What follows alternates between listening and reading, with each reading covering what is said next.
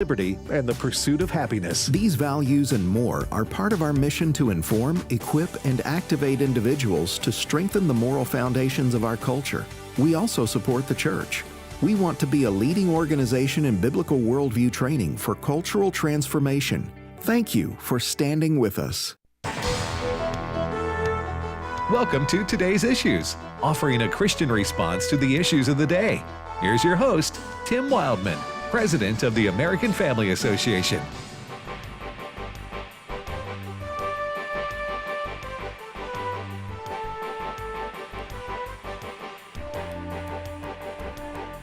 Hey, welcome everybody to Today's Issues on the American Family Radio Network. Thanks for listening to AFR. I'm Tim Wildman with Ed Vitagliano. Good morning, Ed. Good morning, Tim. Christopher Woodward. Good morning.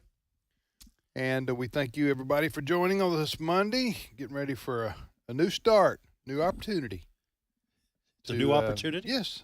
Just channeling my inner Joel Osteen there. It's a new day, Ed. It all is positive. It's a new day. I know It's a Monday, but every day's Friday. I know why you're feeling positive. You got to play some golf. I did yesterday. And the weather looks like it's going to be warming up. So yeah, might be more golf. golf. More in the opportunities future. for me to hit balls into the water. Right. I see what you did there. Yeah, that's wild. Honesty. I remember when I was a kid, my dad bought a golf game for a computer. It was like Microsoft Golf something. And I didn't understand the rules of golf at the time, and I beat my two brothers. I finished with like a 96, and it was like, I won! And then my brother was like, no. That's not the way it works. Yeah.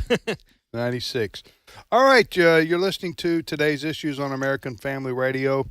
We've got a lot of current news to discuss, but before we do that, we have a guest. Yeah, we do. Eric Metaxas, who is a New York Times #1 best-selling author. He's the author of several books, a couple that we'll probably discuss today, one of which is the book Letter to the American Church. Eric is also the driving force behind a documentary with the same title, Letter to the American Church.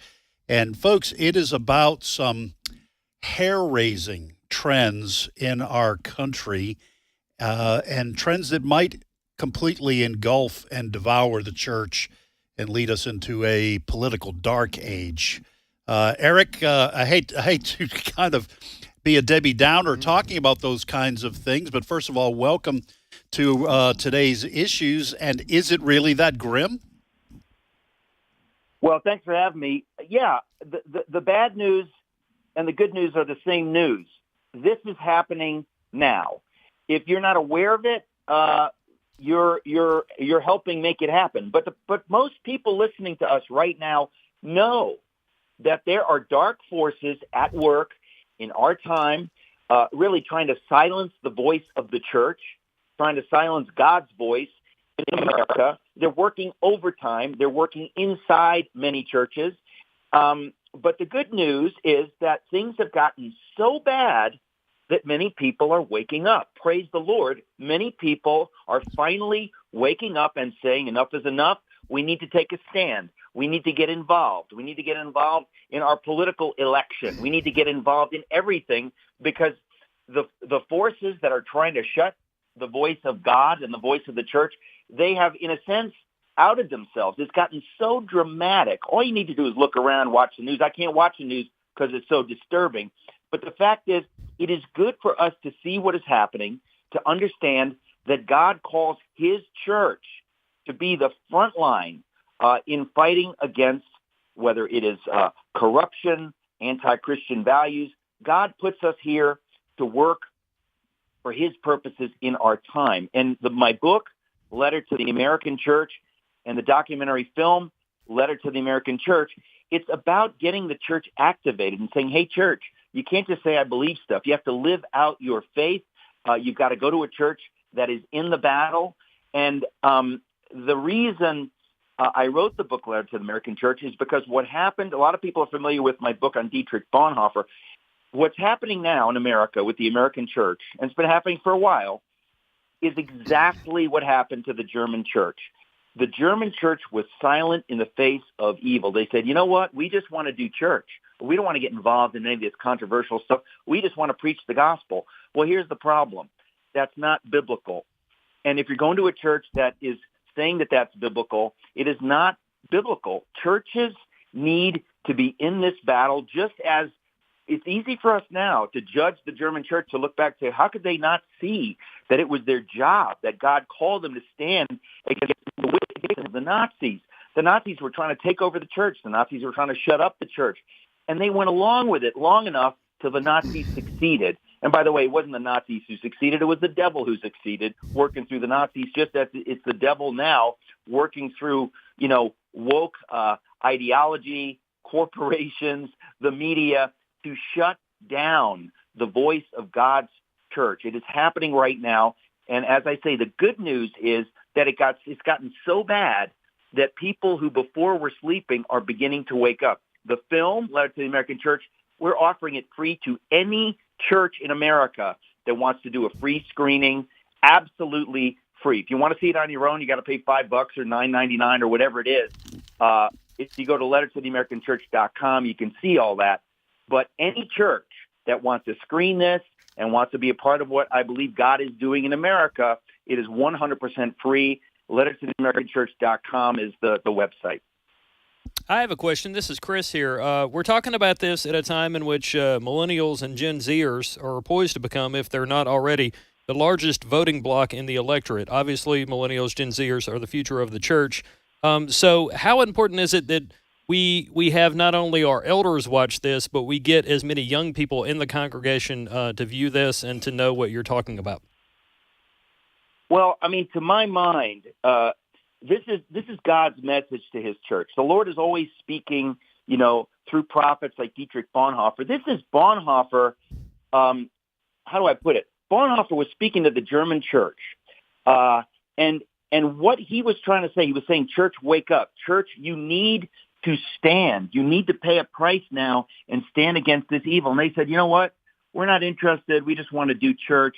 We don't want to get involved in that controversial stuff. He tried to get them to understand biblically, this is what God is calling you to do. This is not some political thing. This is not, Christian nationalism or whatever term the left is throwing at Christians to shut them up. He said, this is God's mandate.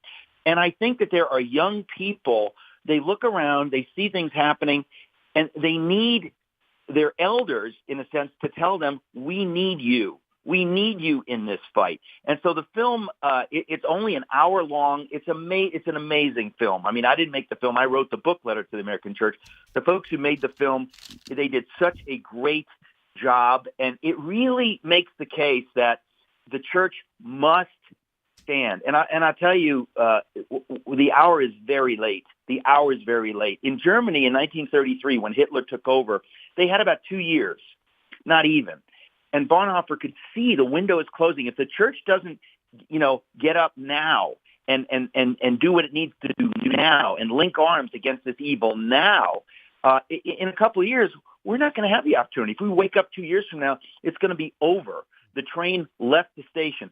That's where we are in America. I have a sense of urgency about this because I believe it's the Lord's urgency. I think that the Lord's will is that the American church would wake up, and he's allowing all of the wickedness that we're seeing on every front. I mean, you could talk about any part of the news, and you're seeing madness, corruption, lying from our government, censorship from our government, selective, using the law against some people and not against other people. Any American with eyes to see is seeing this stuff.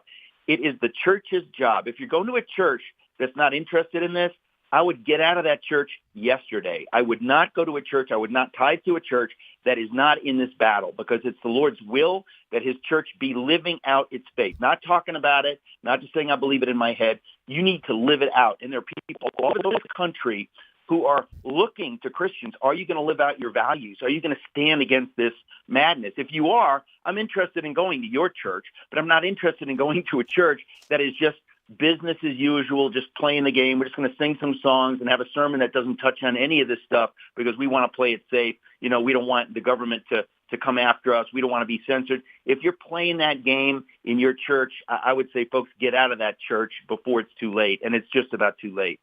Our guest is Eric Metaxas, who's a New York Times #1 best-selling author. He wrote the book Dietrich Bonhoeffer. Captain Optimism, I think, is how I Well, would call yeah, it. I guess the lateness of the hour is what drives his passion. He's also the author of the book Letter to the American Church, and a new film has been produced based on that book by the same title. Eric, Let me just say, sure. that sounded disrespectful to what Eric's saying. I don't mean to sound that way. I agree with him 100%, completely. That's why we're here. That's why we do what we do.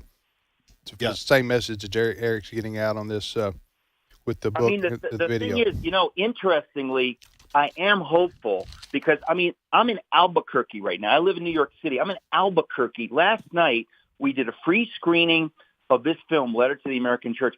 There were 3,000 people in this church for the screening. There are people so hungry for this.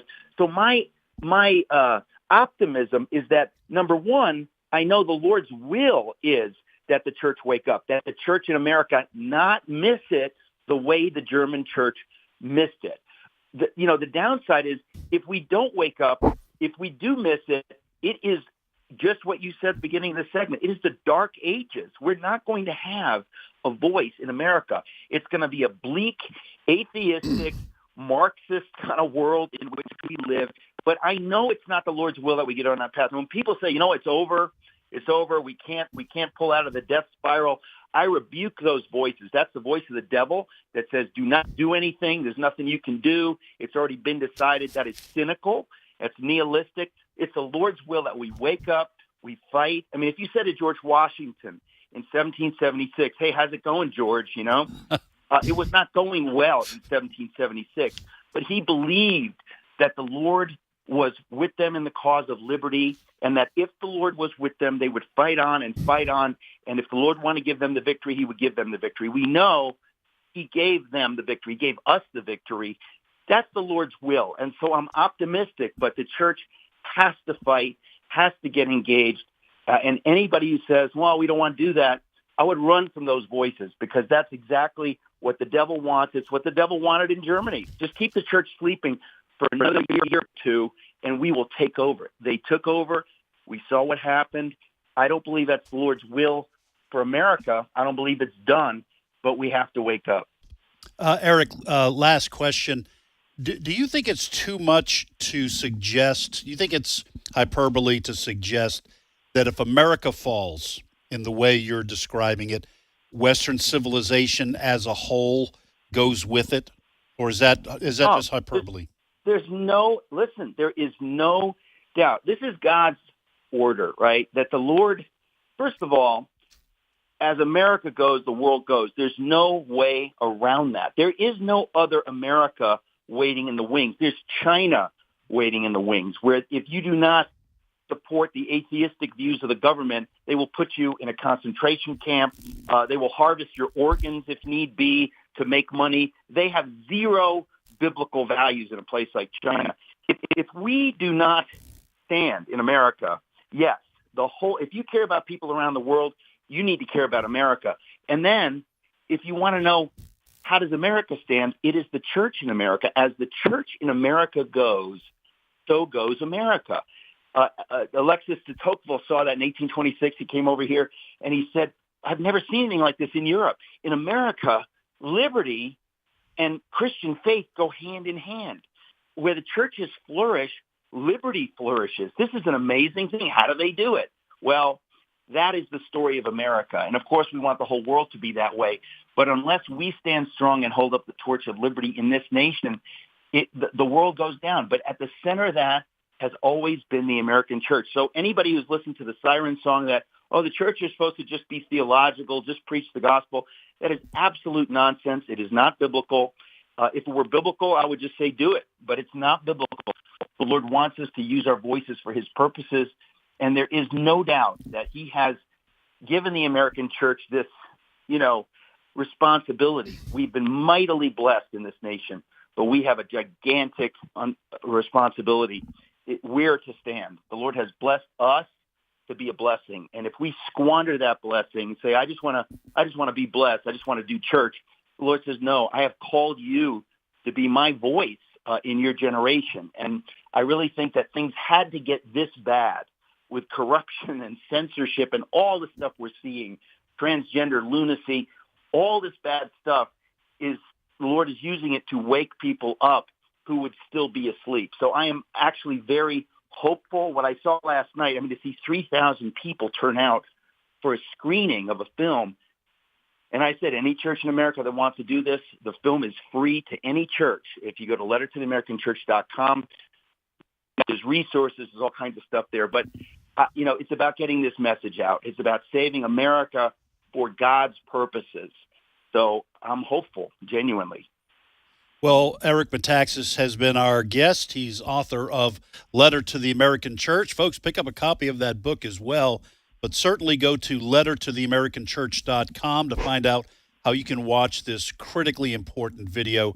Eric, not only thank you for being on with us, but thank you for all you're doing to try to keep America from falling into the same trap as the Germans did in the 1930s. Yeah, well, apart from the church, a lot of people listening right now, you are the church. And so, you could be the one that's the tipping point. So I want to encourage everybody to be hopeful, do what you can, and trust the Lord with the results. And thank you guys for having me on. It's a privilege to talk with you. All right. Thank you, Eric. Eric Metaxas, everybody. So, and you're right, Tim, that is why we exist. And have existed. Your dad foresaw these kinds of trends way back in the late 70s and started a ministry that is still going strong 45 years later because he foresaw the darkness that was just coming down the road. Mm-hmm. No, exactly right. And I remember my dad, Don Wildman, the founder of this ministry, he used to publish the Humanist Manifesto. And if you don't know what that is, it's kind of the Bible for secular progressivism, okay? Humanism is the belief that man is God.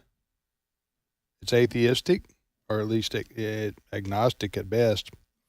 But man is God, and man makes his own rules, and we make them up as we go along. Yeah. Whatever popular culture teaches and trends it adapts. So, and that affects the church as well. So things like the Ten Commandments, for example, or the Sermon on the Mount, for example, those things which are eternal, and they are, what do you call them? It's fixed morality, right? Given to us by God. Those things are thrown out the window because man, by man I'm speaking generically here, rejects those things because man does not want to live by God's rules. Right. And does not want to adhere to God's rules, nor does he want to acknowledge God. Right. It's right out of Romans 1. Bingo. So, when that happens on a broad, large scale, then you're right. Darkness does descend upon the land. And in this case, it's our beloved America. We see darkness descending. It's kind of like the sun's going down. Yeah. You know what I'm saying? And so we're trying, Eric Metaxas, we and others are trying to engage Christians, call Christians to get involved, because if we don't stand up, nobody will. Right. Nobody will. And here's the thing. We've had this American experiment for over 200 years now. 240, right? Yeah. So if you look at history, civilizations don't last forever. And 240 years is a small window of time in world history, actually. But never in human history has there been a place like America that is that has so much freedom for the individual, and liberty and prosperity and scientific what am I trying to say, accomplishments, medicine, business. Why do you think millions of people are still trying to come to our country now, and they don't care if they get here illegally? They just want in. Right. They just want in. I'm not now that issue what to do about that issue aside. I'm talking about why are they motivated to travel from around the world to come here? Because the whole world wants to be like America, in the sense that they want those things I just mentioned a few minutes ago, because that's good for humankind. It's good for mankind. Yeah. And so if we lose those things, we will lose freedom. We will lose liberty. And the political left in this country, I'm sad to say this, maybe not all of them, they are the enemy too, because they want to see us shut down. Yeah. If they had their way, because we don't conform to their progressivism. Mm-hmm. Right. And so if they're doing everything they can. That's what Eric Metaxas was talking about. The secular political left in this country, doing everything they can to shut us down. And they will do more if they can. That's why if we don't stand up at this time, in this moment in time, we will lose our freedoms and our liberty. I would encourage everybody. That's chapter 1. Regardless chapter of 2, the TWV. As Tim reads his own book. Go ahead. I would encourage everybody, all of our listeners, regardless of age, to actually read your Bible and know what it says. Don't fall for what someone says the Bible says, even on Facebook. Know what Scripture says. As good as and as entertaining as TV shows and films about Jesus and all the disciples are, and I watch them, your best source of knowledge about Scripture is going to come from God's Word itself. The left, the radical left, only wants to mention or give nod to the Bible when they're trying to get something done. You should love your neighbor. Right. Embrace their living because God is love. Okay, let's figure out what God says about that relationship and then juxtapose that, if that's the correct word, with what they're wanting to get done. Because if we're going to engage the public, and I believe we should, we need to know what God says so we can accurately share that with people and not fill their head with a bunch of gobbledygook like a lot of people in churches and seminaries are filled with today. And that's why our mission here, in fact, our AFA's mission statement says that we exist to inform, equip, and activate believers to impact the culture and to give aid to the church, both here and abroad, in fulfilling the Great Commission. We agree with what Eric Metaxas was just sharing. We absolutely believe in preaching the gospel. And we have Bible shows and Bible teaching show programs on our network. We have resources that are made available to people, books by Alex McFarland, for example, that talk about what the Bible says. We are absolutely in favor of fulfilling the Great Commission. But what we're saying is being salt and light, which is what Jesus also said, is also critically important, especially in a culture where we have had tremendous amounts of freedom, are in danger of losing it, but have the political ability to stop that from happening. Right. So we're not living under a dictatorship yet. So why wait until we are to start complaining about it? What was it like in the 70s for you guys when you were growing up? I mean, did they get into we need to be politically active? Or is that, obviously abortion was relatively new in terms of a national policy.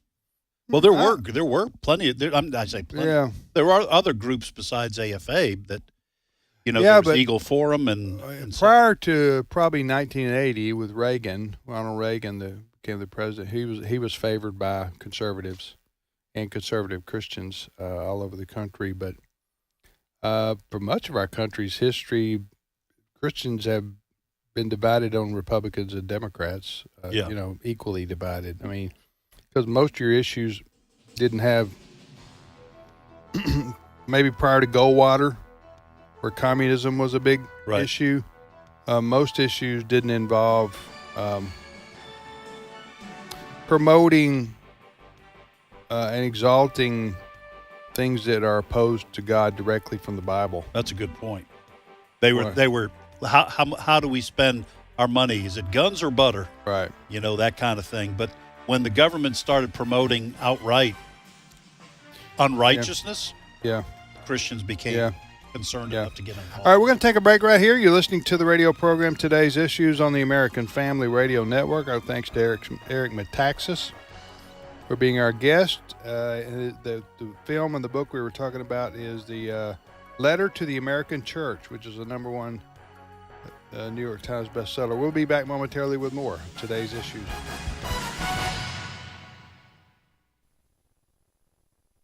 It's my turn. Here is your host for My Turn, Don Wildman. The air conditioner in the church building broke down. The fan in the unit was still working, but the unit wasn't cooling. I called the man who had installed the unit, and he came to fix it. Checking it out, he discovered that the gas had leaked from the unit, causing the trouble. The unit was checked out very close in an effort to find the leak. However, no damage in the unit or the pipes could be found. So the fellow who came to repair the unit put gas into it, and the unit began cooling at maximum efficiency again. You know, that unit worked good for about 3 weeks. Then one day I noticed that it wasn't cooling. The fan was just blowing out hot air. So I called the fellow a second time and told him what had happened. He came back, checked, and found that the gas had escaped again. This time he started hunting for the hole where the gas was leaking with more determination. I guess he searched for about 4 hours for that hole. He ran a check on all the lines, dug holes in the ground, searching around the pipe, even ripped off the protective covering from the pipe, but all in vain. No sign of any place where the gas was escaping. He took out a container of gas, hooked it up to the unit, and began to fill the pipes again. The unit began cooling. He knew it was a leak, but he couldn't find it.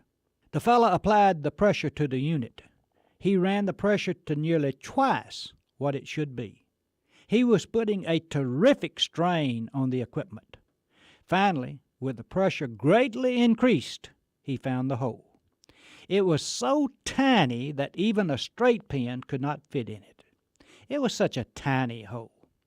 But it was responsible for the failure of the unit. It did just as much damage as a hole 10 times its size. It just took a little longer. A fellow once asked me if there were degrees of sin. That is one sin worse than another? You see, this fellow was guilty of what we commonly call a little sin. It was no major thing, and most people simply ignored it. He was, in effect, pointing his finger at those who committed more serious sins. He was hoping, of course, to excuse his minor sin. Well, there is degree in sin. Not all sin is as great as other sin. Stealing a dime could hardly be classified as serious as killing a neighbor. So in one way of thinking, the fellow who asked the question was correct. His sin wasn't as great as that of some others. Now back to that air conditioner. It wasn't the size of the hole which caused the damage. It was the hole. So it is with sin. It's not the size of the sin which separates us from God. It is the sin. The results of a little sin and a great sin, the results are the same. A hole is a hole, and a sin is a sin. That means, of course, that those who commit little sins need forgiveness as much as those who commit great sins. So instead of pointing your finger, you better bow your head. This has been My Turn with Don Wildman, a production of the American Family Association. This only do I seek, that I may dwell in the house of the Lord all the days of my life, to gaze on the beauty of the Lord and to seek him in his temple. Psalm 27, verse 4. American Family Radio. This is today's issues. Email your comments to comments@afr.net. Past broadcasts of today's issues are available for listening and viewing in the archive at afr.net. Now, back to more of today's issues. All right, welcome back, everybody, to today's issues on the American Family Radio Network. Tim, Ed, and Chris, thank you for listening to AFR. So I saw over the weekend former President Trump has got a new line of sneakers. Is that right? Yeah. Well, what we in the South call tennis shoes. We call everything tennis shoes or tennis shoes. Some people do, but the sneakers is how they're known universally. Have you seen this? I have. Yes, they're gold, and do they have the Trump T on them or something? I've seen some. Yes, they do. I'll share a picture. Okay, he was in somewhere, Philadelphia or somewhere, Sneaker Con. Is that what it's called? The event he was at. Sneaker Con. Yeah, this was in association with the release of these sneakers, tennis shoes, whatever. This was the first I'd ever heard of SneakerCon. Yeah, it was news. I mean, I've heard of Comic-Con, for comics and et cetera, but not That's for SneakerCon. communist, isn't it? Comic-Con? No. There may be a few communists mixed in, but it's mostly nerds. Yeah, I know what you're talking about. Yeah. Yeah. SneakerCon is apparently a global traveling event for sneakerheads of all ages. You can buy, sell, and trade, meet influencers, get sneakers authenticated, and more.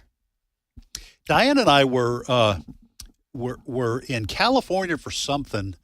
I forget. I think we had gone out to see our daughter, who was living at the time at Huntington Beach. But Diane and I were staying at a hotel, and adjacent to it was a Comic-Con gathering, a convention. And every time we went somewhere in the hotel, there were all these young people, and some of them probably not so young, but all dressed up as comic characters and Star Wars and stuff. And it was pretty fun. I enjoyed looking at them, but we were dressed like normal people, or as normal as we ever dress. But that's funny. They were. Yeah, I know what you're talking about. It's I've never been. I haven't been either, but it's kind of like conventions, like you say, for nerds. People are into comic strips or comic games or movies video or games whatever. or movies and things, old TV shows and things of that nature. All right. So anyway, so you haven't bought your Trump shoes yet? No, they're but sold out. If you can find some, and I'm sure there's probably someone today on a social media platform near you that's selling what should be How much were they? $399. Oh, so just a few dollars more than regular tennis shoes. Yeah. There's some entrepreneur, probably my age or younger, on Facebook Marketplace today selling gold Trump sneakers and a Stanley mug. Yeah, those Stanley mugs are the rage. They're kind of like the Cabbage Patch dolls of 2023. See, I don't know. 24. What are y'all talking about? I don't know. Those Stanley, for your drinks, they keep your drinks cold or hot. Stanley used to do power drills. Yeah, those still do. Power. They're kind of like our AFR travel mug. Yeah. These are bigger, Huge. but they're for some reason Stanley is like the gold standard of those kinds of travel. Since we're talking about Stanley mugs, there was a story a couple of weeks ago, and our own Dr. Jessica Peck has written a blog about this. I'll share that link here in a minute. But apparently the whole fanaticism or fad over Stanley mugs has gotten so bad that in places middle school girls are being made fun of because they don't have a Stanley mug, or they have like the knockoff version that mom or dad thought was a better buy. Right. And it's gotten to the point where girls are being shamed and bullied in school because they don't have a Stanley mug. And our own Dr. Jessica Peck did actually address that a few days ago. You know how you reach? I'm sorry. Go ahead, Ed. I was going to say, human beings are so stupid. I mean, we are so. That'd be a good title for a book. Yes, we're just so easily manipulated, and the fact that young people in America are being mocked for not having the right stainless steel drink holder is, I don't know. I'm liable to. I knew I sound like the old guy, hey, on the porch, hey, you kids, get off my grass. But human beings are just so easy. I was thinking, so I'm looking up this Stanley mug now. I see what you're talking about here. So those are all the rage now? Yes. Mm-hmm. If you go to a sporting event, girls or boys, you're going to see the whole bench using these things with their big plastic straw. Oh. I saw a video a couple of weeks ago where some store had a bunch of them. They had a pallet of them in I forget which, it was a Costco type thing or whatever. Some guy comes in and tries to take a whole box of them out the door. He's just walking out with them. And people were so angry. You know how like most of the time when someone steals a bunch of stuff, people just stand around videoing on their cameras? The people jumped the guy. It's like, oh, no, you're not. You're not taking these. We came here to buy them. Now, I thought Yeti was the big thing. Oh, that's yesterday's news. Oh, poor Tim. Stanley, it's Stanley today, something else 6 months from now. Look at $1,000 custom promotional Stanley travel tumbler, $1,059. Now, most of them are $40 and $50, but You know, That's I'll be crazy. 61 next month. I am living in sort of the twilight zone personally, because I now see before my very eyes me moving from knowing what's going on in pop culture Right. to not having. The progressive insurance. You becoming Yeah. your parents. Yes. Yeah. Oh yeah. That's me. I could star in that. Huh? I'd never ever heard of Stanley before you guys started talking about it So right here. you know you're getting old, though, Tim. Yeah. When you not only don't know what's going on, you don't care. Yeah. You just sit That's there and true. you go, I don't care. Yeah. I don't But even then want to learn it. People start talking about Taylor and music, and I'm going, James Taylor's still out there, still touring. That's right. And they're going. Then they start going. Then the young people go, who? James Taylor is probably playing at a liberal event near you, because more often than not, he is brought in by John Kerry and the Biden administration to play at like a Yeah. Democratic rally. And they love some fire and rain, which is funny because they're concerned about fire and rain with climate change, but whatever. Yeah, but they're not worried about the kind that took out Sodom and Gomorrah. That's true. That's the kind I'm worried about. Hey, we're going to fly James Taylor all over the world to play at our benefit concerts and spew emissions everywhere. That's right. All right. So anyway, so I learned something today. Okay, Stanley mug and Yeti is yesterday's news. $1,000 for one of those. I was going to that ask better y'all come if with y'all ever special. heard of a Yeti mug. I guess I shouldn't even ask that now. You know what? I didn't even buy one of those, the Yetis. We got a couple of those because. You were younger then. Yeah, exactly. You can go to Love's or one of those truck stops and get you one of those giant, like 67-ounce plastic things for $9. All right, Chris. Next story. All right. Let's mention this because Eric, at the beginning of the show, Eric Metaxas talked about how China wants to take over the world, and here's Everybody wants to rule the world. Actually, they do. Tears for Fears. Even I. Even I knew what that reference Yes. was. Way to go. All right. Credit my Gen X brothers and sisters for introducing me to their music. But anyway, a China story here. This is a Daily Mail article. I'll share the link here in a moment. Tim found this over the weekend. The FBI director is warning that China's computer attacks are now at a scale greater than we'd seen before, as vulnerable critical infrastructure remains at high risk to be targeted. At a time when many people are concerned about Russia putting nukes in space and knocking out our military comms, China may actually get to us before that even happens if what the FBI director is saying is true. Listen, most of the time, I'll say 90%, 95%, I don't know. I'm just throwing numbers out there. Doomsday predictions never come true. You know, the sky is falling. Mm-hmm. That the sky never does fall, even though we got people who make a lot of money, preachers and otherwise, who are always claiming this, the end is now. Right. So buy my new book. or my survival kit.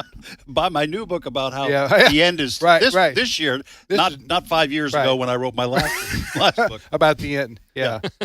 Yes, right. Part That's a two. little cynical, but Right. Now, but however, having said that, there is reason to be prepared, if you can be, in the event that the quote grid goes down in America. It would affect the world. But listen,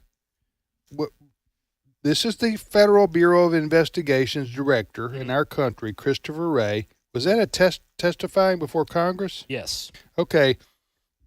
And he's saying that, do you have his quote? Actually, I need to correct myself. He gave this warning at the Munich Annual Security Conference on Sunday. Okay. He's but saying this bring out this loud to the world, our own FBI director. And what he's saying communist China has a lot of people working on the ability to disrupt our, what did he say? It's one of many such efforts by the Chinese, he told the conference. He added that China is increasingly inserting what he called offensive weapons within our critical infrastructure, poised to attack whenever Beijing decides the time is right. All right. Well, so he's saying we may be vulnerable to attacks. Like, let's just say, for example, that the Chinese, or there are other wicked players in the world North too. Korea. Okay, Iran, North Korea, and others who would like to harass or attack the U.S. For whatever reason. Mm-hmm. But let's just say they shut down the cell phone services. I don't know. I don't know exactly how you. What if? You know what I'm saying? What would you? What would you do? What would your family do? Where would you go? What would you? You need to be prepared for things like that in case they do happen, right? Yeah. I mean, that sounds doomsday-ish. Maybe it is, but we have a plan in place. You do? Your family my does? family. If something like that happens? Like not my sisters and stuff. I'm talking about my son. Immediate family. Immediate family in this area. We do have a plan. Listen, you're exactly right. There are plenty of evil actors in the world.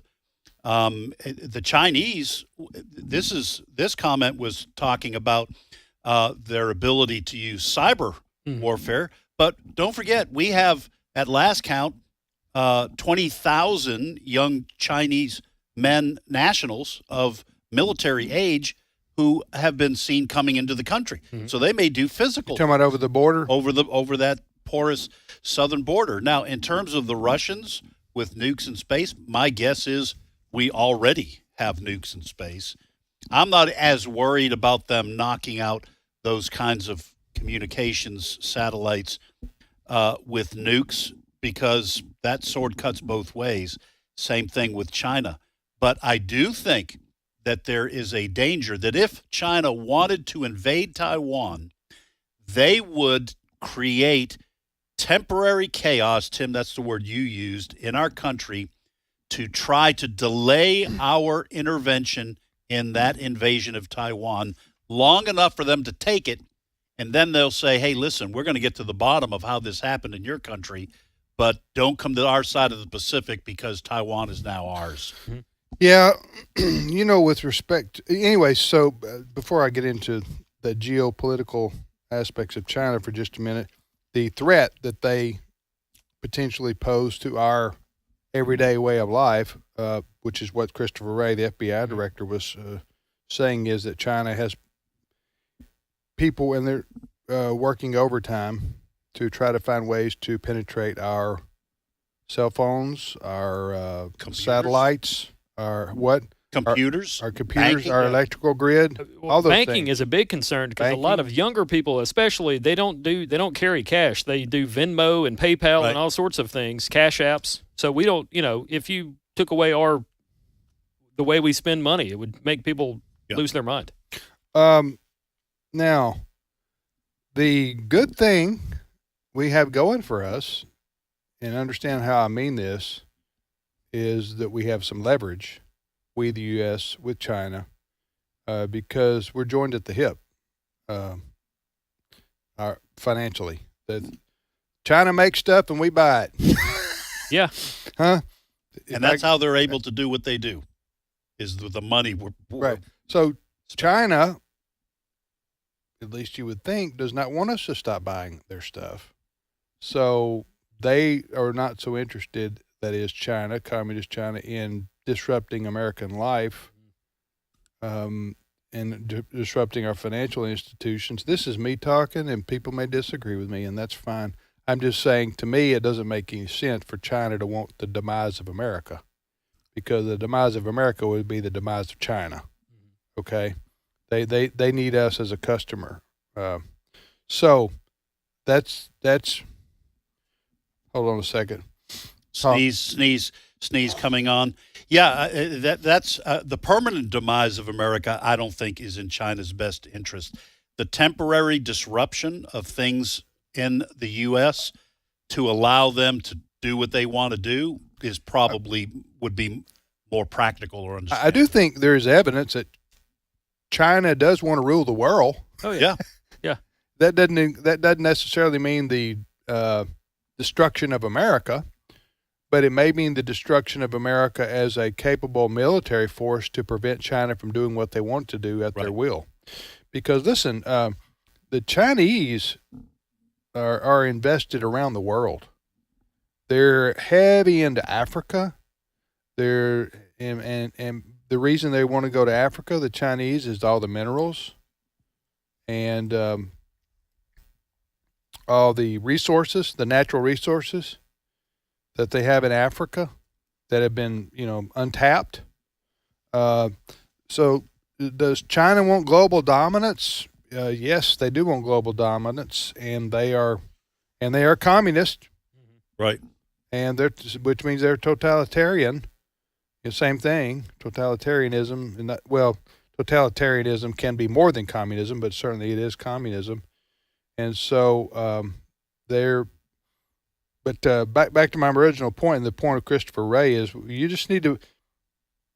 You need to be prepared. We all need to be prepared as individuals and families for a day that may come when we don't have a bank. We don't have, the ATMs don't work and the banks shut down, for example, or it may only be temporary, or the electrical grid goes down. What are you going to do? What would you do? You just helpless there, or you know what I'm saying? Right. Do you have food? Do you have, at least temporarily, those kinds of things? Yeah.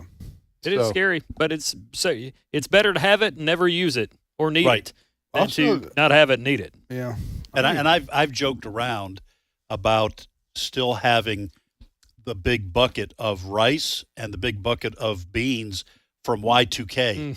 Okay, I've joked around. Still have those? No, we don't. We don't have those. I still got some ramen from college, somewhere. But having enough for a week or maybe even 2 of non-perishables, along with with water and medicines you might need, and maybe a little bit of cash or whatever. Those kinds of things are increasingly important to have.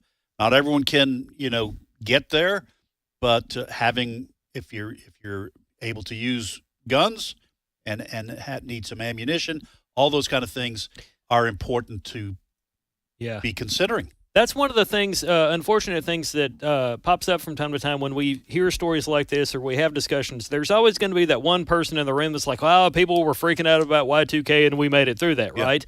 Or, "Oh, you guys have seen too many movies." At some point, it will happen, and a whole bunch of people unprepared for it are going to die. Yes.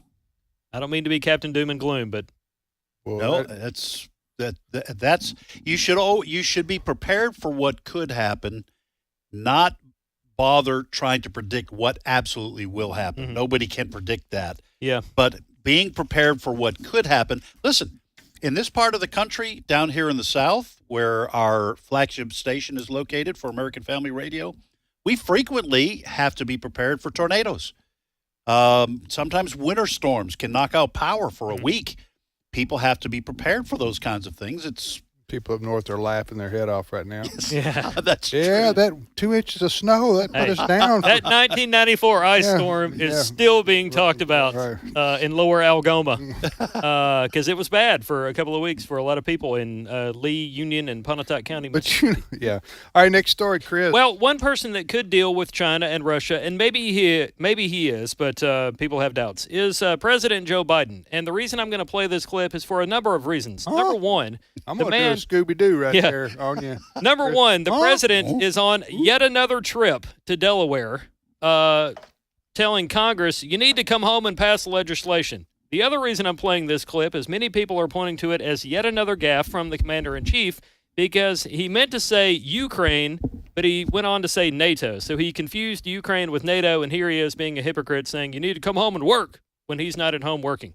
Clip 2. The idea that we're going to walk away from Ukraine, the idea that we're going to let NATO begin to split is totally against the interests of the United States of America, and it is against our word we've given since all the way back to Eisenhower.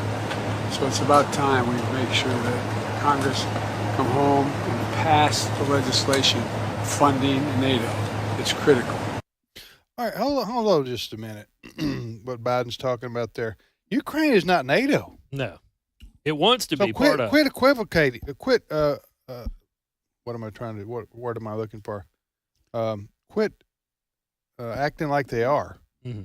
NATO now, is Ukraine bordered up? Does it on the border of NATO? Yes, it is. Is that Hungary or what is that? It borders Poland and Poland. Okay, and Belarus to the north. But Ukraine is not NATO, and by saying that, to me, that gives credence to Putin, because that's what Putin says, that you the NATO countries and the United States have promised never to border Russia with a NATO member. Is that right? I think that's right. And now, so yeah, I'm just Finland saying. and Sweden are some of the newer members of NATO, and that was a big stink a few years ago. And the when that Baltic happened states. because of the connection with Russia, or the proximity, I should say. Now he may be the president.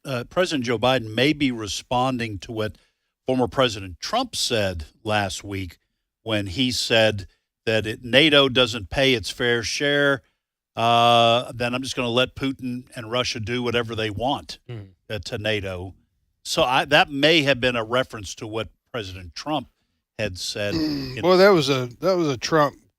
That was a top 10 as far as crude talk right there with Trump. I'm not saying he's wrong for wanting NATO to pay their way, the NATO countries, because when Trump came along and pointed that out, he was right. That NATO, you know what I'm saying? NATO countries should pay what they've agreed to pay, just as the U.S. does for the common defense of NATO, of the North Atlantic Treaty Organization.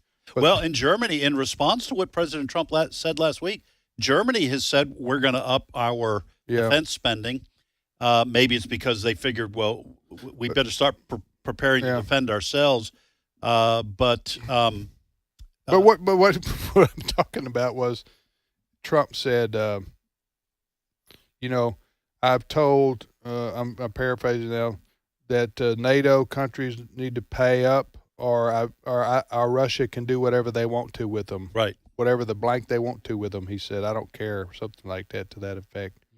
What Trump was talking about NATO.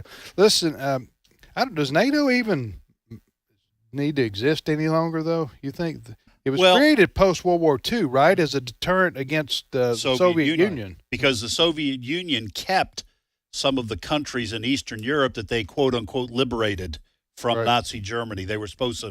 Everyone was supposed to go home and let these countries rebuild. Well, the Soviet Union said, we're going to keep Hungary, Romania, all East Germany. Russia, which made the Soviet Union, right? It became the Soviet Union with the communist takeover in 1917. So the Soviet Union had this block of so-called satellite countries. NATO formed as a counterweight to that to keep the Soviets from just deciding to go all the way to Paris. Yeah.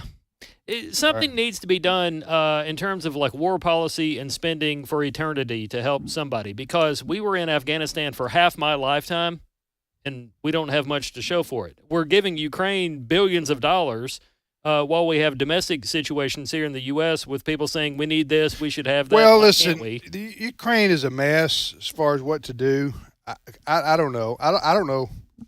I know a lot of people have strong feelings on this. Don't do anything. Don't give any more money. Let Ukraine be. Let Russia have Ukraine. That's what a lot of people. They're saying I don't want my kids fighting. Well, I don't want either. I would agree with that, but I'm talking about funding them. I'm talking about giving money to Ukraine so they can defend themselves against Russia. A lot of Americans, especially conservative Americans, say no more money. Let them die, but because it isn't our fight. Right. I'm not talking about sending U.S. troops in. I'm talking about let them go because it's not our fight. It's not NATO's fight. Right. So I mean, I understand that sentiment, but on the other hand, I'm going, wow, I don't know. Just let Russia swallow up a sovereign country. Right. And maybe so. Maybe that's the way we need to. But what happens if Putin goes the next step, goes after Poland? Right. Maybe that would engage, because that would involve. That's a NATO country. But anyway, you're talking about billions of dollars of American taxpayer dollars here on a regular basis. The latest bill was 60-something billion. Yeah, wasn't it? Something like that they were proposing giving to Ukraine. And what's the accountability in Ukraine? Right. For this money that we give them. I understand all that. Those are legitimate questions. We'll be back momentarily with more of today's issues.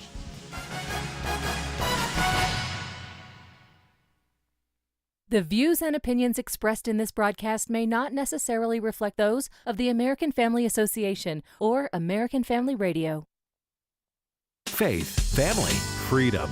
American Family Radio. As a federal or state employee, you have the opportunity to support the American Family Association through the combined federal campaign. By designating a monthly payroll deduction using 12037, you help AFA continue to fight for your family. So when you complete your CFC form, remember, AFA's number is 12037. And thank you for your help. This is American Family Radio, a listener-supported ministry of the American Family Association.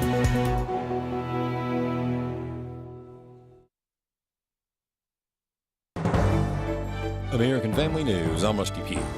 A major deadline today set by House Republicans for the Department of Justice. Brian Smells has more. GOP investigators are still awaiting the transcript and recordings of President Biden's interview with special counsel Robert Hur. Hur's report on President Biden's mishandling of classified documents cleared the president of any wrongdoing, but has raised concerns about President Biden's mental acuity. The Justice Department has a deadline of today. The chairman of the Oversight Committee wants access to the documents to see if there's any evidence that could be useful of House Republicans' impeachment inquiry into President Biden. Hur is expected to testify publicly before Congress in March. In Washington, Ryan Schmelz, Fox News. Concern is growing in Washington about new U.S. intelligence regarding Russia's nuclear weapons capabilities in space. Florida Congressman Michael Waltz weighs in. My jury's out on whether this administration will take the steps necessary to fully deter Russia rather than to react to it, which is what we've seen the last 3 years. A crew has fled their vessel after an attack by Yemen's Houthi rebels. Jonathan Savage reports. According to the Houthis, the British-registered cargo ship Ruby Mar was hit by 2 missiles in the Gulf of Aden near the Yemeni coast. The fear the ship might sink prompted the crew to perform an emergency evacuation. All who were on board are safe. The Houthis have launched dozens of missile and drone attacks on commercial shipping in the region in recent months. They say it's in support of Hamas in its war with Israel. The US and United Kingdom have been attempting to deter the Houthis and degrade their ability to attack with regular airstrikes. Jonathan Savage, Fox News. An Indianapolis Waffle House is now a crime scene following a deadly early morning shooting. Jeff Manasso has the latest. Indianapolis Metropolitan Police say an argument between 2 groups of people led to a fight to shots fired inside a Waffle House overnight Monday on the city's west side. 1 dead, 5 others hurt. IMPD Captain Don Wheelhammer. If you can't work things out without resorting to violence, then turn and walk away. Somebody's life, unfortunately, was lost tonight over this, whatever the conflict was between these 2 groups. And that's unnecessary. 2 guns were recovered. Police still investigating and urging other witnesses of the shooting to come forward. Jeff Manasso, Fox News. A school district in Arizona is now exposed for deceiving parents about their children's social gender transitioning. Bronson Woodruff reports. AFN talked with James Rogers, Senior Counsel of America First Legal Foundation. Yeah, Mesa Public Schools is the largest school district in the state of Arizona. The Daily Mail reports this district has about 55,000 kids. Rogers said the school has a policy that used to explicitly require teachers and other school staff to keep students' gender transitions a secret. The school district claims that they've stopped it, but there's nothing to show that that's actually happened. And what we've uncovered is a spreadsheet that was maintained by a school counselor at one of the junior highs in the school district that had a list of 17 students on it. The names have been redacted, but it lists the students' birth names, but then it lists their preferred names and then their preferred pronouns. But that was not all. And the spreadsheet has a list of notes that indicate whether the student's parent knows the student has socially transitioned their gender in school, and it has instructions about what names and pronouns to use when talking to parents to keep it concealed from the parents whether the students have transitioned. Rogers speculated on why teachers would do this. I think teachers think that they're helping students. They think that this is a good thing because it's helping students make a gender transition without any conflict from their parents. But he said what it actually does is it causes a lot of needless angst and problems for our students. He talked about one of their clients in his current lawsuit. The plaintiff is the mother of a girl. She found out in October that the school had officially transitioned their daughter to use a male name in school, and the school had been hiding it from her. Rogers explained once the mother found out, she was able to talk with her daughter. Her daughter was able to resolve her issues. I'm Bronson Woodruff. The latest in a series of wet winter storms gained strength in California early today, with forecasters warning of possible flooding, hail, strong winds, and even brief tornadoes as the system moves south over the next few days. More news online at afn.net and on the AFN mobile app. I'm Rusty Pugh. Forget about Facebook. The last 10 days we've been banned twice, and is unbanning a word? They put us under the ban. Christians and conservatives don't need you, YouTube. Banned one day, banned again. AFR programs are now live streaming on the AFA streaming app. Now you can get shows like Today's Issues straight from the source. Put back on the next. Just say unbanned. Unbanned. Just search AFA Streaming or visit streaming.afa.net to sign up. Today's Issues continues on AFR with your host, Tim Wildman, president of the American Family Association.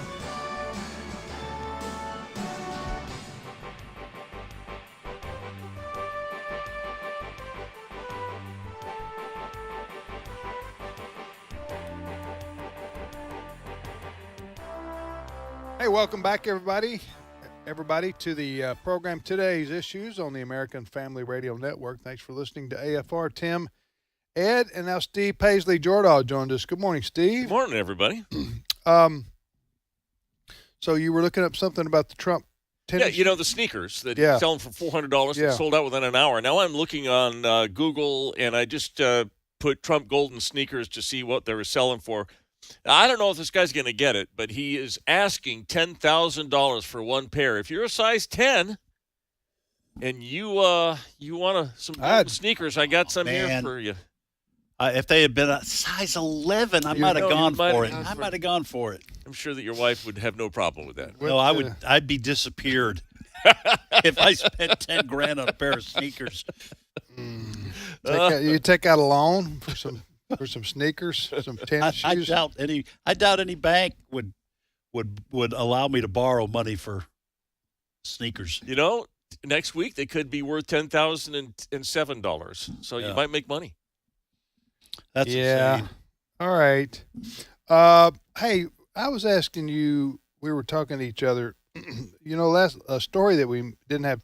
I think broke on Thursday. Whatever. Was this ruling by the a court in New York against former President Trump, charging him with business fraud? Is that the right way to express it? Say it? Yeah, I guess overvaluing fraud, overvaluing his the collateral that he used to borrow money for business experience. Yeah, and then this judge arbitrarily, I guess I say arbitrarily, I mean he alone, has the authority in the state of New York to fine President Trump. Well, he had the authority to declare him guilty. Just about. I mean, I don't remember a case that it like would a have trial, you mean? Yeah. He came into this trial, and he could not argue for his innocence because that was a foregone. It was. That had already been decided. Already been decided, but if they had a trial, that would have been front page news. The judge and Letitia James, I think, just got together. Well, I and said tell you he's one guilty. thing: if I'm a business person, I'm not staying in New York with Yeah, that right. kind of. If it's like you've described it, Steve. I didn't read the decision. Obviously, I'm talking about the decision by that judge against the Trump organization, but he fined them like $385 million. $355, and then now and kick Trump out of doing business in New York for what, 3 years or something like that. So let me ask you this question: can the former president appeal that? He can, right? Well, we asked Chris Woodward this morning to check on that, and he did text around that the New York Post says that Trump can appeal this massive to the New York Supreme Court. I'm not sure. I did not. Okay. We didn't have time to ask Chris about that. He was also waiting to hear back from Jenna Ellis of Jenna in the Morning here on AFR about her take on that, and she had not gotten back to him. So perhaps sometime this week we can talk to Jenna about some of these details about the what if, how much, that kind of thing. What I couldn't listen, that New York Attorney General, last name is James. Letitia James. She campaigned on Get Trump, right? Right. I'm gonna, huh? Yes. All right. So then that alone, you shouldn't say something. You should not say something like that when you're campaigning. Right. You should, because you are saying, I already know he's guilty before I investigate. You should not say that. You should not name names like that. If you want to win an election and you think you've got a very anti-Trump district, well, in that'll New get York, you the in the state of votes. New York, listen, if I were President Trump, and I'm sure probably he would say this in retrospect, I would have moved all my business out of New York when I got elected president in 2016, because he became a target by the New York left then. Right. Am I right? Right. So, but anyway, about this particular case of his business fraud or alleged. Listen, I couldn't understand who the victim was in this. I don't think there was one. That's what they're saying. There was victim. no victim. Okay, so they charged Trump with overvaluing his properties, right? Right. And they call that fraud because they're saying he got better interest rates from banks or so forth, right? I've got to finish this line of thinking. Right. Am I right?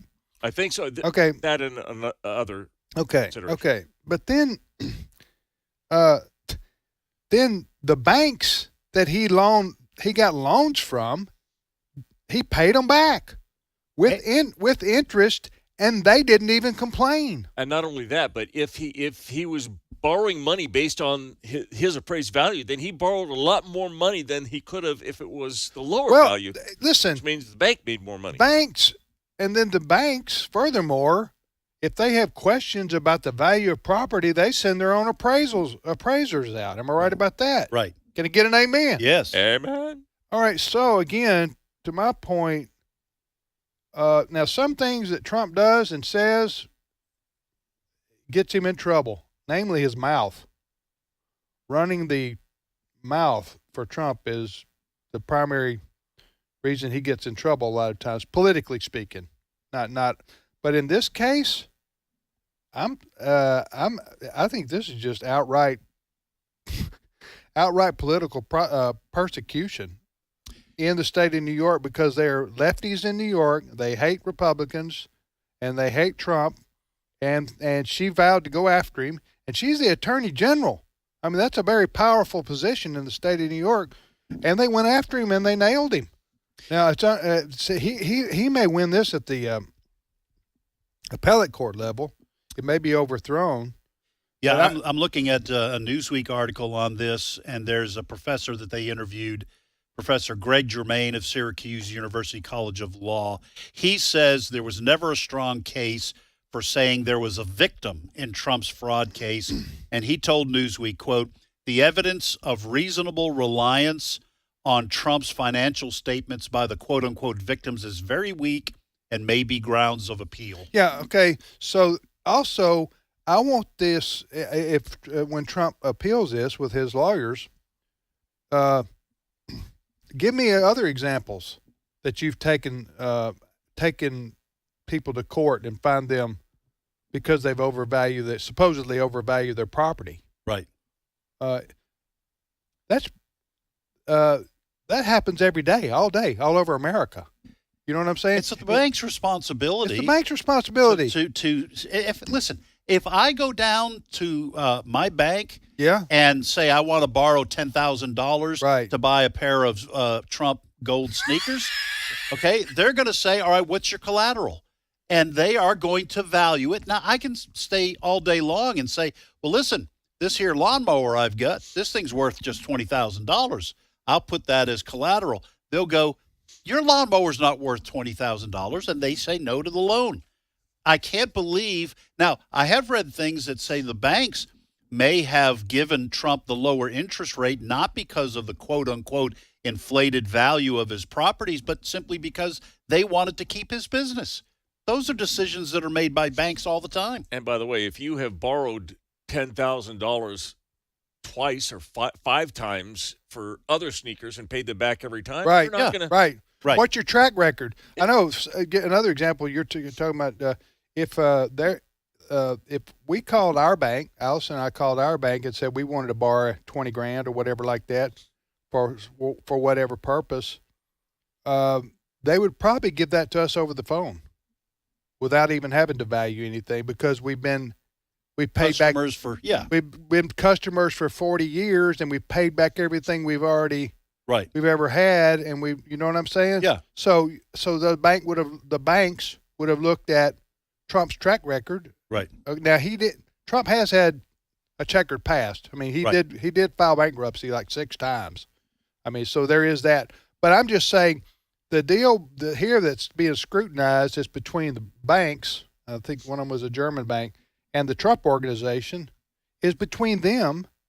And if you're just nitpicking, it's clearly political. It's political nitpicking to try to punish Trump. And the punishments here are just astronomical.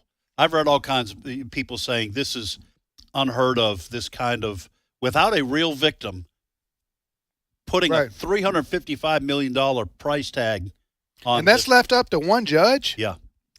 That was just one liberal judge. With the last name Engoron, that to me makes him sound like a villain in Lord of the Rings. So you've got this case in New York, and we're all kind of seeing that it's a political hit job, and it's likely to be reversed on appeal, according to many people. The Fani Willis case is falling apart in Georgia. The documents case, while he wait a minute, hold on just a second, Steve. Excuse me for interrupting you there. Sure. Are you talking about you're talking about the district attorney in Fulton County, Georgia? Yes, that had an improper relationship with one of the person that she hired as a prosecutor.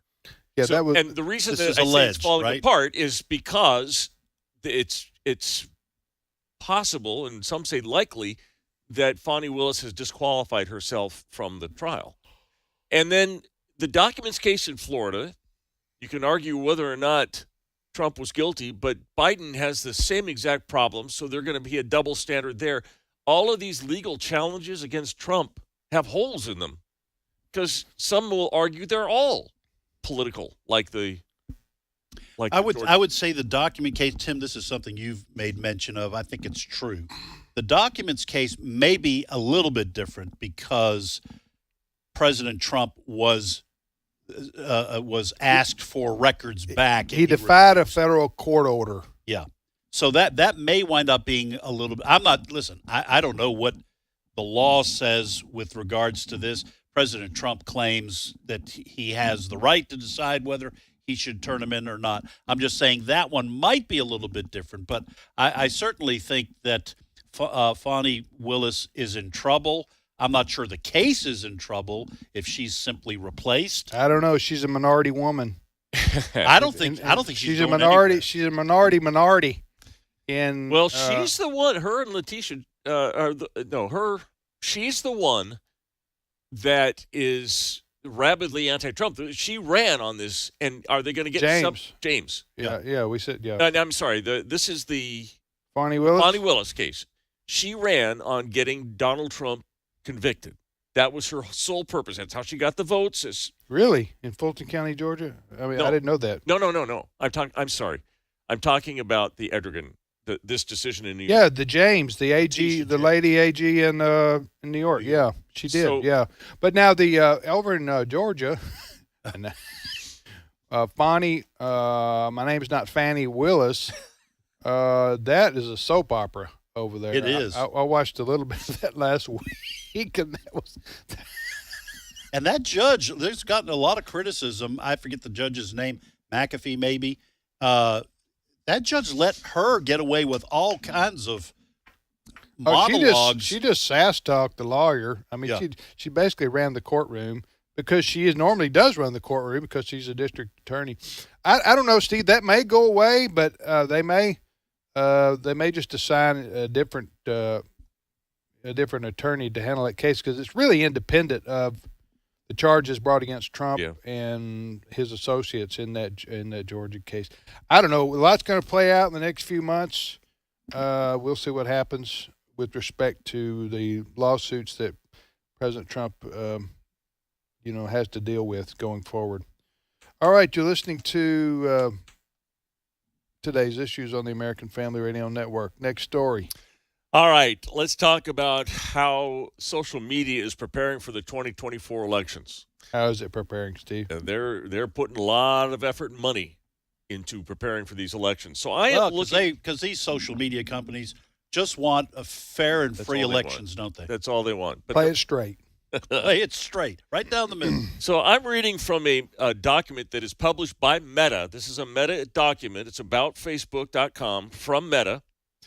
And the title is How Meta is Planning for the Elections in 2024. Let me read this paragraph. No tech company does more or invests more to protect elections online than Meta, not just during election periods, but at all times. We have around 40,000 people working on safety and security, with more than $20 billion investing in teams and technology in this area since 2016. 40,000. Now, you said this morning in our story meeting that they only have like about 60,000 employees, 70,000. Yeah. So that's well over half of their employees. Now, that is on content moderation. 67,000, sorry. 67,000. Yeah. So that is for content moderation. That does not mean it's all political content. This is moderation. on how they're planning for the election. Right. They have 40,000 who pay attention to content moderation. To elections. Only to elections? No tech company does more to invest or protect elections online. We have around 40,000 people working on safety and security, with more than $20 billion invested in teams and technology in this area since 2016. Well, that's, as they said on The Wizard of Oz, that's a horse of a different color. Is that what they said on The Wizard of Oz? Yeah, you remember the guy who opened the little hatch? I don't want to get. I'm sorry. I took us to. Wait a minute. Hold on. I'm trying to remember my Wizard of Oz. What happened now? You remember when Dorothy and her team of misfits went up to the Emerald City? Yeah, I remember that. The little door opened up, the little window thing in the door. Yeah. And they said, "We want to see the wizard," and the guy was very grouchy. Right. Said, "You can't." And they kept knocking, and he opened, and they said, "Well, this is Dorothy." I forget the exact wording, and he said, "Oh, well, that's a horse of a different color." And remember, they had the horses of different colors that came through. Am I just misremembering? All right. This, according to the internet, which is never wrong, the term probably derives from a phrase coined by Shakespeare. No, I'm not saying that the Wizard of Oz coined the term. Okay. You guys are just. I haven't said anything. I'm just listening to you, Ed. I'm not judging you. Where that's a horse of a different color comes up, and then the next couple of scenes you see like green horses, and they're all painted. There you go. All right, you go ahead. I need to go back and rewatch that movie again because I'm going to look this up while you guys continue to talk about important things. I have it up for you right here. Okay. Now I do remember the horse with no name. Been through the desert with one, right? Yeah, I remember that part of that scene. And I don't remember Dorothy and her team going through the desert, though. That confuses me. Well, it was at the end of the movie, you had to wait for it was bonus. Oh, was that on the bonus feature? The horse of a different color was a horse which drew the carriage. I'm sorry, an ad popped up. In the opening Emerald City scenes of The Wizard of Oz, the cabbie, Frank Morgan, drove the carriage drawn by it. It would periodically change colors, hence its name. And so he said, one of the characters said, that's a horse of a different color? I thought that was true, but now you're making me doubt myself. That phrase is still used even today. Yes. Right. Now, more as people, in if it's only election people, as opposed to all content moderators, that's a horse of a different color. That's a good example. But a more common use is the expression that's a different animal. Boy, I'm just never going to use an expression again on the show. Completely sidetrack the conversation. Well, I think because Steve, especially Steve, maybe me too, we doubted you for a minute there. But as it stands, be any different. Well, you're correct. Yeah. You remember the scene from the movie, right? And, right. And so you're to be applauded. Thank you. I'm going to, Thank Steve you. and I are going to For those who are you. watching online, I salute you who are applauding me. You're doing a free ad for Diet Coke right I know, there. the label was They pointing need the to wrong pay way. if they're going to be on our show. Anyway, your point was that Facebook/Meta, yet another dumb idea to change the Right, name of it. Right. You're a little suspicious of their efforts to handle disinformation, because we have seen in the past that they only view one side of some of these issues as being disinformation. Disinformation is always in favor of the left. Yes. In this country, in the mass media and on the social media. It just always is. And also, they get to define hate speech. Right. The left gets to define hate speech, always. You say, well, they're being punished for hate speech, and you want to say, well, who decided whether it was hate speech or not? Right. Well, it's always the left-wingers. Meta. They get to define how. And this goes back to the whole COVID. We all know now what went through with COVID. Anything that wasn't endorsed explicitly by Dr. Fauci and the CDC was considered misinformation and worthy of banning. You remember this? Ivermectin. Yes. Yes. Anything like, well, that we joke now, but back then, we got banned from YouTube. This show. Yes, because I think Walker on one of our shows had mentioned the efficacy of ivermectin, right, for combating the symptoms of. And the next day, we got a notice from YouTube or somebody saying we're shutting you down for medical misinformation. Right? Remember that? So that happened. So and that kind of thing spreads. The other day, I told my wife that her supper needed some red pepper flakes, and she said, that is misinformation. She took my food away. You've been banned. See, that kind of thing spreads throughout the culture. Brett, you need to fix that so he can get his dinner again. I had Thai food the other night. We don't eat Thai food much. You know what I'm talking about? You guys ever eat? I've never had it. Oh, you never had it? But I like spicy foods. Is that what this is going? Well, I'm going to tell you something, my friend.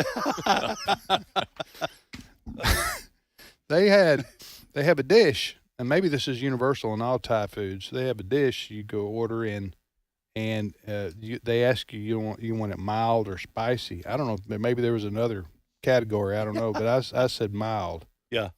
And it was still the mild was the spicy? mild was running hot. After we get off the air, I want you to tell me where this Thai food restaurant is of which you speak. Okay. It wasn't unbearable. It was a good dish. Yeah. It wasn't unbearable. I mean, but it was, what I was saying was they had cut up a bunch of red hot chili peppers. Oh. Which their third album was great, by the way. But anyway, I don't know. I don't listen to that band. I just know who they are. No, that's they're headbangers, I think. But anyway, what I'm saying is they had sliced up a bunch of red hot chili peppers. Yeah. Into tiny little, I'm talking about the size of half your fingernail. So you couldn't slide them to the side of your plate? No, you can barely see them. You can barely see them, but once you hit them, once your tongue hit them. And so you're saying if you had gotten... You knew you were alive, my friend. If you had ordered spicy, that would have been a horse of a different color. Yes. If I'd ordered spicy, I'd probably been hospitalized. They'd probably call the ambulance. But I'm just saying, it was, anyway, when somebody said something about hot, spicy food, and it reminded me of that. And I, once again, got the... well, you mentioned you went... I was talking about my wife and the misinformation. Yes, but it triggered me. Yes. And do you want me to tell you about where to go for Thai food? I do after the show. I do want to know that. But now, is it like Chinese food? Similar to I'm not a big Chinese food fan. You know, they're communist over there. You know that? Chinese restaurants? I'm very a secret weapon. To hear that. No, I don't have anything against Chinese food. I've eaten at Chinese buffets. I love I'm Chinese just not. food. I'm more of a Japanese food guy. Yeah. I do eat Indian. Asian food, but it's just Indian. Love Indian food. But that curry there, that'll set you free too. Indeed. Huh? That'll set you free. So we're, I got that from JJ. He likes that expression. That'll set you free. That'll set you free. All right, we're out of time here. Probably good. It's probably a good thing that we're out of time. Good. A good thing. Have a great afternoon, everybody. We'll see you back here tomorrow.